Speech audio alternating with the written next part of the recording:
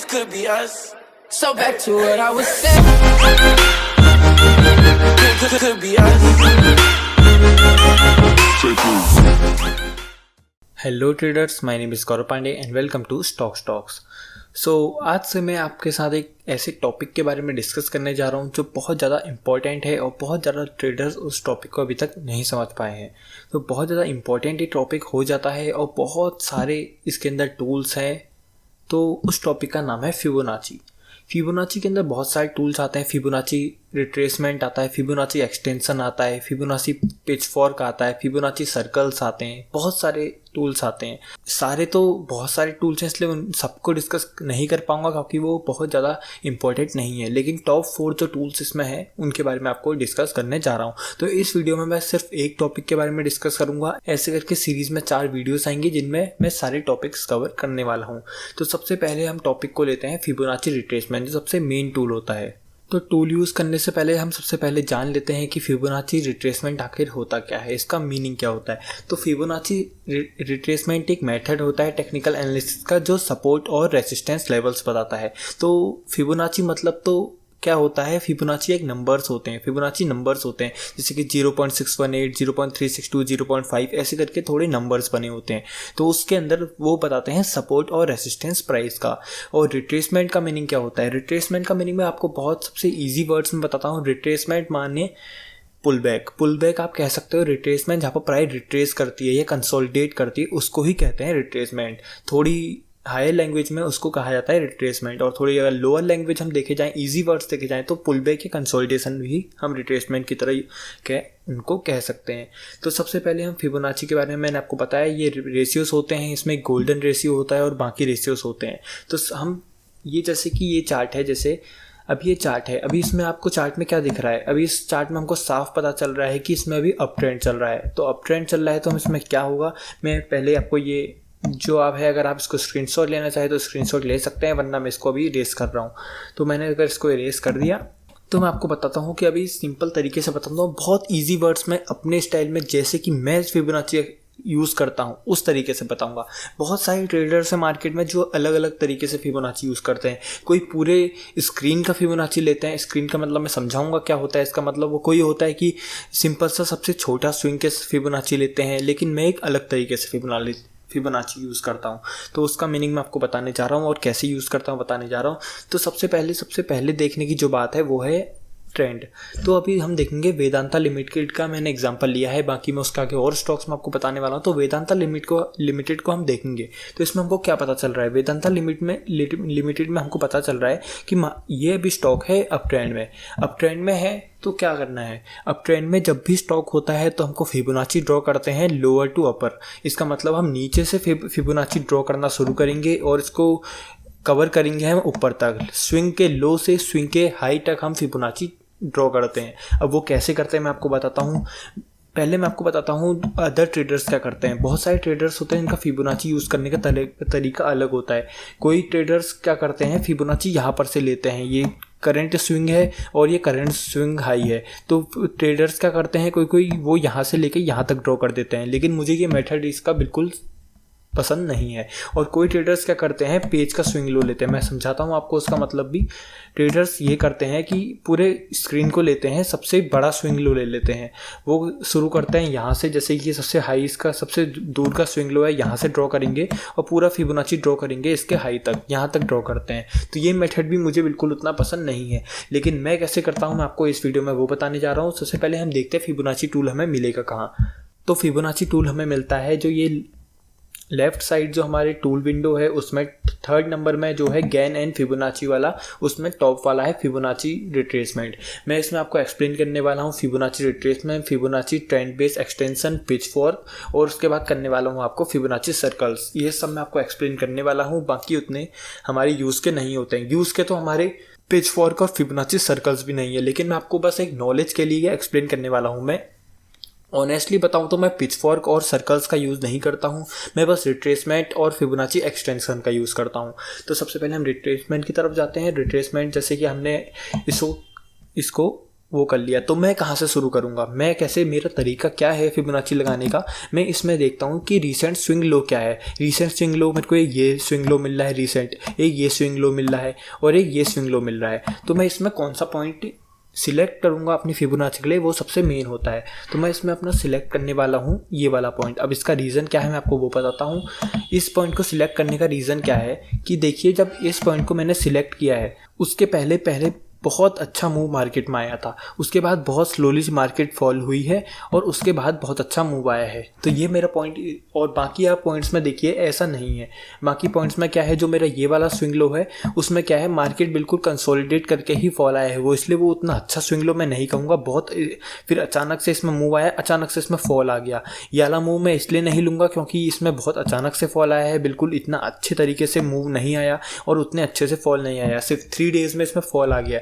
तो अभी मेरे को सबसे इंपॉर्टेंट और सबसे अच्छा पॉइंट जो लग रहा है अभी लोअर पॉइंट बनाने के लिए, वो है ये वाला लेवल। अब मैं आपको बताता हूँ ड्रॉ कैसे करते हैं फिबोनाची। तो फिबोनाची का टूल मैंने क्लिक किया और फिबोनाची का जैसे कि लोअर पॉइंट है हमारा ये वाला 242.95 हमारा फिबोनाची का लो है, स्विंग का लो है। तो मैंने यहाँ से टच किया, इसको यहाँ से एक्सटेंड किया और इसको इसके हाई तक क्लिक कर दिया। तो 386.35 इस स्टॉक का भी हाई है। तो ये ऐसे करके मेरा इसमें फिबोनाची लगा। अब मैं फिबोनाची को मैं आपको बताता हूँ क्या होता है। सेटिंग्स में आपका ये ऐसा नहीं आएगा, आपका थोड़ा कलरफुल टाइप आएगा। तो मैंने इसको बिल्कुल कलरफुल नहीं किया है, मैंने इसको बस एक कलर में कर दिया है जिससे इजी हो जाए चार्ट समझना। वरना कलरफुल चार्ट्स मुझे उतने ज़्यादा पसंद नहीं है, मुझे चार्ट्स में बहुत ज़्यादा क्लैरिटी पसंद है। तो मैंने बिल्कुल एक कलर में कर दिया है। ब्लैक कलर मैंने इसलिए नहीं किया क्योंकि मेरी इसमें जो horizontal support and resistance line थी वो भी सब ब्लैक थी, तो मैंने इसको थोड़ा यूनिक कलर दिया है फिबोनाची को। तो ऐसे करके आप इसको सारे चेंज कर सकते हैं, इनमें कोई मेरे हिसाब से कोई चेंज करने की ज़रूरत नहीं है। तो मैं आपको बताता हूँ फिबोनाची रेशियोज़ को यूज़ कैसे करना है इनका। तो वैसे अगर देखा जाए तो जितने भी रेशियोज़ हैं, एक पहला सबसे जो नीचे वाला रेशियो होता है वो होता है 1 और उसके ऊपर होता है 0.786, फिर आता है 0.618, फिर 0.5, 0.382, 0.236, ऐसे करके इसमें रेशियोज़ बने होते हैं। तो इसमें सबसे इंपॉर्टेंट रेशियो क्या होता है, वो होता है 0.618 वाला।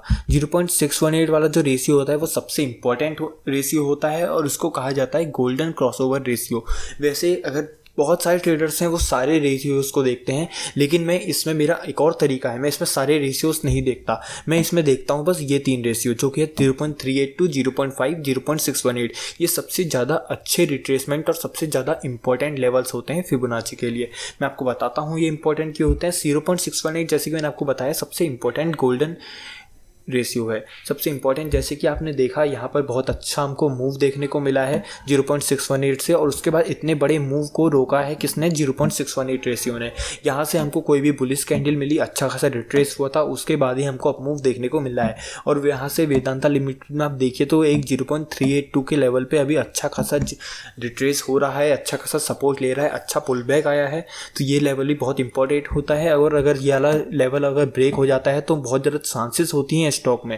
जैसे कि आपको आप ध्यान से सुनना, जैसे कि 0.382 का लेवल ब्रेक होता है तो चांसेस होती है स्टॉक 0.5 छोड़ के 0.618 तक सपोर्ट लेगा, और 0.618 से अगर स्टॉक सपोर्ट लेता है तो उसके बाद चांसेस होती हैं कि स्टॉक जाएगा 0.382 तक। और 0.618 का जब रेशियो टूट जाता है, अच्छा खासा ब्रेकआउट आ जाता है, तो इसमें क्या होता है, हमको एक डाउनवर्ड्स मतलब बेयरिश मूव देखने को मिल जाता है 1 तक या 0.786 तक। तो 0. ऐसा भी कहते हैं कि 0.618 से गोल्डन रेशियो से नीचे जो स्टॉक क्लोज हो गया, क्लोजिंग दे दी, तो इसका मतलब वो स्टॉक में हमको एंट्री नहीं करनी चाहिए, क्योंकि उसमें बेयरिश ट्रेंड शुरू हो जाता है। और एक और चीज़ कही जाती है कि अगर हमको 0.382 वाला रेशियो जो है उसके ऊपर किसी स्टॉक ने क्लोजिंग दे दी है, अच्छी क्लोजिंग दे दी है, तो बहुत ज़्यादा अच्छा ट्रेंड बन जाता है, बुलिश ट्रेंड बन जाता है, और स्टॉक ट्राई करता है कि 0.380 बिल्कुल 0 की वैल्यू तक वो जाए। तो बहुत अच्छा लेवल होते हैं 0.382 और 0.618। मैं आपको दोबारा रिपीट कर देता हूँ, 0.382 के ब्रेकआउट के बाद बहुत ज़्यादा स्टॉक में अप ट्रेंड बन जाता है और बहुत ज़्यादा चांसेस हो जाती हैं कि स्टॉक में अप मूव देखने को मिलेगा। और 0.618 का अगर ब्रेकडाउन हो जाता है तो बहुत ज़्यादा चांसेस होती हैं कि स्टॉक अब बेयरिश ट्रेंड शुरू हो गया है और स्टॉक अब नीचे जा सकता है। जैसे कि आप देख सकते हैं इसका अच्छा खासा 0.382 का यहाँ पर ब्रेकआउट हुआ है, तो स्टॉक में अच्छा मूव आया है। और वहीं आप देखेंगे कि अगर ये 0.618 का ब्रेकआउट हो जाता है, इस लेवल का ब्रेकडाउन हो जाता, तो हमको डाउनवर्ड्स मूव देखने को मिल जाता है यहाँ तक। या तो देखिए आप बहुत जगह इसमें आपको देखने को मिलेगा, यहाँ पर एक बुलिश कैंडल बनी, इनसाइड बार कैंडल बनी, उसके बाद हमको अच्छा खासा मूव देखने को मिल गया और उसके बाद अभी 0.382 तक प्राइस रिट्रेस कर रहा है। अगर यहीं से हमको कोई बुलिश मूव देखने को मिल जाए या बुलिश कैंडल देखने को मिल जाए डेली में, तो हम इसके बाद इसको यहाँ तक का मूव एक्सपेक्ट इसमें कर सकते हैं। और अगर ये 0.380 का ब्रेकडाउन हो जाता है तो हम इसमें मूव एक्सपेक्ट कर सकते हैं 0.618 तक, और 618 का भी ब्रेकडाउन हो जाता है तो इसमें बियरिश ट्रेंड चालू हो जाएगा। तो ये था। अगर मैं आपको बताता हूँ कि अगर किसी स्टॉक में बियरिश ट्रेंड चल रहा है तो उसमें फिबोनाची का हमको यूज़ कैसे करना है, तो हम चलते हैं अपने दूसरे स्टॉक की तरफ जिसमें हम ढूंढेंगे कि क्या पता किसी में हमको बियरिश ट्रेंड देखने को मिल जाए। तो जैसे कि ये है औरोबिंदो फार्मा का स्टॉक। औरोबिंदो फार्मा का स्टॉक मैंने आपको कैसे लगाया है, इसमें आपको लेना है swing high to swing low. इसमें हमको जाना है नीचे से ऊपर से नीचे की तरफ, ऐसे करके हमको ड्रॉ करना है। तो इसमें आपको सबसे बड़ी प्रॉब्लम होगी स्विंग का हाई कैसे सिलेक्ट करना है। स्विंग के आप देखेंगे ये भी एक स्विंग का हाई है, वरना हम ड्रॉ करने में यहाँ से यहाँ तक भी कर सकते हैं। स्विंग का हाई ये भी है, स्विंग का हाई ये भी है, लेकिन मैं कैसे ड्रॉ करूँगा मैं आपको उसको ये बताता हूँ कि देखिए सबसे बड़ा अपने यहाँ से बहुत अच्छा अप मूव आया है, इसने एक नया हाई बनाया है और उसके बाद इसमें एक डाउन मूव आया है। तो सबसे अच्छा स्विंग हाई ये है, लेकिन अगर मैं स्विंग हाई ये लूँ तो इसमें आप देखोगे कि इतना अच्छा अप मूव नहीं आया। रिट्रेस होते हुए, एक ट्रेंड लाइन के रिट्रेस होते हुए ये ऐसे करके डबल बॉटम टाइप बना के नीचे आया है। तो ये उतना अच्छा मेरे को स्विंग हाई नहीं लग रहा है, लेकिन ये बहुत अच्छा स्विंग हाई है। तो अब मैं इसमें आपको रिट्रेसमेंट लेवल ड्रॉ करके दिखाता हूँ फिबोनाची के। तो ये लगाए मैंने फिबोनाची, ऐसे लगाए, स्विंग का हाई मैंने कनेक्ट किया और स्विंग का लो मैं कनेक्ट करूँगा। तो ऐसे करके ये लग गया मेरा फिबोनाची। ऊपर से नीचे की तरफ करते हैं जब हमारा चलता होता है बियरिश ट्रेंड। तो मैं आपको समझाता हूँ, जैसे कि मैंने आपको बताया इसमें पूरे रेशियोस उल्टे हो जाते हैं। जब हम नीचे से ऊपर करते हैं तो 0 ऊपर होता है, 236 होता है, फिर 382 होता है, ऐसे करके होता है। लेकिन 0.5 वाला होता है वो होता है सबसे मिडिल लेवल। तो मैं बताता हूँ इसमें हम कैसे करना है। जैसे कि मैं सेम उसका उल्टा है, 0.618 का ब्रेकआउट हो जाता है तो 0.382 पर सपोर्ट लेता है। अगर इसका भी ब्रेकडाउन हो जाता है तो बहुत ज़्यादा चांसेस होती हैं। जैसे कि देखिए यहाँ पर ब्रेकडाउन हुआ है जब 0.382 का लेवल, तो स्टॉक ने सपोर्ट लिया है सीधे 621 जो कि 0 के लेवल पे है, तो वहीं से सपोर्ट लिया है। देखिए कितना अच्छा फिबोनाची ने काम किया है इसमें। यहाँ पर देखिए बहुत अच्छा सपोर्ट मिल रहा था और उसके बाद यहाँ से जब इनसाइड बार कैंडल बनी या बुलिश इंगल्फिंग कैंडल बनी, उसके बाद हमको एक अप मूव देखने को मिल रहा है। तो पहला टारगेट मेरा अप मूव में रहने वाला है इसमें 0.382 का। 0.382 का हमारा पहला टारगेट रहेगा। हम इसमें चेक भी करते हैं कि कितना अच्छा रेसिस्टेंस हो सकता है 0.382 के लेवल पे। 0.382 का लेवल बना है तो हम ये देखिए ये हमारा 0.382 का सपोर्ट लेवल बना। तो देखिए यहाँ पर अच्छा खासा हमको सपोर्ट भी देखने को मिल रहा है। ये देखिए अच्छा खासा रेसिस्टेंस प्रोवाइड हो रहा है। यहाँ पर देखिए अच्छा खासा रेसिस्टेंस प्रोवाइड है इस एरिया पे। तो बहुत अच्छा लेवल्स होते हैं फिबोनाची के ये। जैसे कि हम अपनी गोल्डन रेशियो की तरफ जाएंगे जो कि हमारा 0.618 का है, तो वहाँ पर हम अगर रेसिस्टेंस ड्रॉ करने की कोशिश करेंगे तो देखिए कितना अच्छा रेसिस्टेंस प्रोवाइड हो रहा है। यहाँ पर देखिए प्राइस को कितना बढ़िया सपोर्ट मिला है, यहाँ पर देखिए कितना बढ़िया रेसिस्टेंस मिला है। यहाँ पर अगर ब्रेकआउट हुआ था, सस्टेन नहीं हुआ, तो बहुत अच्छे ये रेशियोज काम करते हैं अगर हम ढंग से लगाएं। और ऐसा नहीं है कि हम यार ये सिर्फ डेली टाइम फ्रेम में काम करेगा, ये हमारा सारे टाइम फ्रेम में काम करता है। बहुत ट्रेडर्स ऐसे कहते हैं कि इसको सिर्फ 5 मिनट पर यूज़ करो या 15 मिनट पर यूज़ करो या डेली में यूज़ करो। मैं इसको सारे लेवल पे यूज़ करता हूँ, बस मंथली को छोड़ के। मंथली में मैं फिबोनाची यूज़ नहीं करता क्योंकि मंथली में क्या होता है कि ट्रेंड चलता है सीधे ऊपर को ट्रेंड चलता है, तो उसमें मेरे को फिबोनाची उतना यूज़फुल नहीं लगता है। लेकिन जिसमें अगर ट्रेंड ऐसा चल रहा हो थोड़ा, तो मैं उसमें फिबोनाची यूज़ करना पसंद करता हूँ। तो जैसे कि मैंने आपको बताया था फिबोनाची लेवल्स क्या होते हैं। फिबोनाची एक सिंपल सपोर्ट एंड रेसिस्टेंस होते हैं जो हमको रिट्रेस करने में हेल्प करते हैं। इनकी एक बात और मैं आपको बता देने वाला हूँ कि लास्ट में जो होती है, तो एक बात मैं आपको और बता दूं लास्ट में कि इस लेवल्स का फिबोनाची एक्सटेंशन का हमको या फिबोनाची रिट्रेसमेंट ने हमको ट्रेडिंग में हेल्प नहीं करनी है। हमको इसमें एंट्री एग्जिट ऐसे में मदद नहीं लेनी है। हमको प्योरली बेस्ड करना है प्राइस एक्शन पर, मतलब सपोर्ट एंड रेसिस्टेंस या ट्रेंड लाइन्स या ब्रेकआउट्स एंड ब्रेकडाउन्स पर। हमको इसकी सिर्फ हेल्प लेनी है। मैं आपको एक बार बता दूं, इसके बेसिस पर ट्रेड मत लेना। आप इसमें सपोर्ट रेसिस्टेंस ड्रॉ कर सकते हो, ज़रूरी नहीं कि आप 0.382 के ब्रेकआउट पे लो। आप यहाँ पर आराम से एक सपोर्ट बना सकते हो उसके ब्रेकआउट पे। देखिए 0.382 का लेवल जो बना है वो है, जैसे मैंने आपको बताया, बहुत इंपॉर्टेंट लेवल है। तो इंपॉर्टेंट लेवल क्या है, उसमें हमको इसका मतलब यही हुआ कि इसका ब्रेकआउट होगा तो हम इसके रिटेस्ट पे या इसमें एंटर कर सकते हैं 0.618 तक। तो हम सिंपल ऐसे भी कर सकते हैं, ज़रूरी नहीं कि हम फिबोनाची यूज़ करें। हम इसमें सपोर्ट सपोर्ट जो कि मैंने बढ़ा दिया 799 के लेवल पे, हम इसके ब्रेकआउट प्लस रीटेस्ट पे एंटर करेंगे और टारगेट हमारा हो जाएगा जो कि नेक्स्ट रेजिस्टेंस लेवल है, जो कि ये तो सिंपल फिबोनाची का वर्क कर दिया। देखिए सपोर्ट एंड रेजिस्टेंस ने भी, तभी मैं कहता हूँ ज़रूरी नहीं कि आप फिबोनाची या ऐसे इंडिकेटर वाले टूल्स यूज़ करिए। आप इसको, ऐसी बात नहीं है कि टूल बहुत बेकार है, बहुत इंपॉर्टेंट टूल है, और इससे भी ज़्यादा टूल इंपॉर्टेंट है वो है फिबोनाची एक्सटेंशन। फिबोनाची एक्सटेंशन जब कोई स्टॉक ऑल टाइम हाई में होता है तो बहुत हेल्प करता है उसका नेक्स्ट टारगेट देखने के लिए। तो यही था इस वीडियो में, आपको अच्छे से बताया कि फिबोनाची क्या होता है, और आपको कोई भी क्वेरीज है तो आप मुझे कमेंट से पूछ सकते हैं, मैं अगली वीडियोज़ में वो क्वेरी का सॉल्यूशन आपको दे दूँगा। तो यही था इस वीडियो में, आपको बहुत अच्छे से समझा दिया है कि फिबोनाची रिट्रेसमेंट कैसे यूज़ होता है, और आगे मैं आपको यही बताऊंगा कि फिबोनाची के बाकी टूल्स हमको कैसे यूज़ करने हैं। तो अगर आपको वीडियो पसंद आई है तो वीडियो को लाइक कर देना, और कमेंट्स में जैसे कि मैंने आपको बता दिया है कोई भी क्वेरी होगी तो मुझे ज़रूर बताना, और मेरी टेलीग्राम प्लस इंस्टाग्राम पेज को भी ज़रूर सब्सक्राइब कर देना, क्योंकि उसमें मैं इंट्राडे और स्विंग ट्रेडिंग के चार्ट शेयर करता रहता हूँ। So thank you for watching.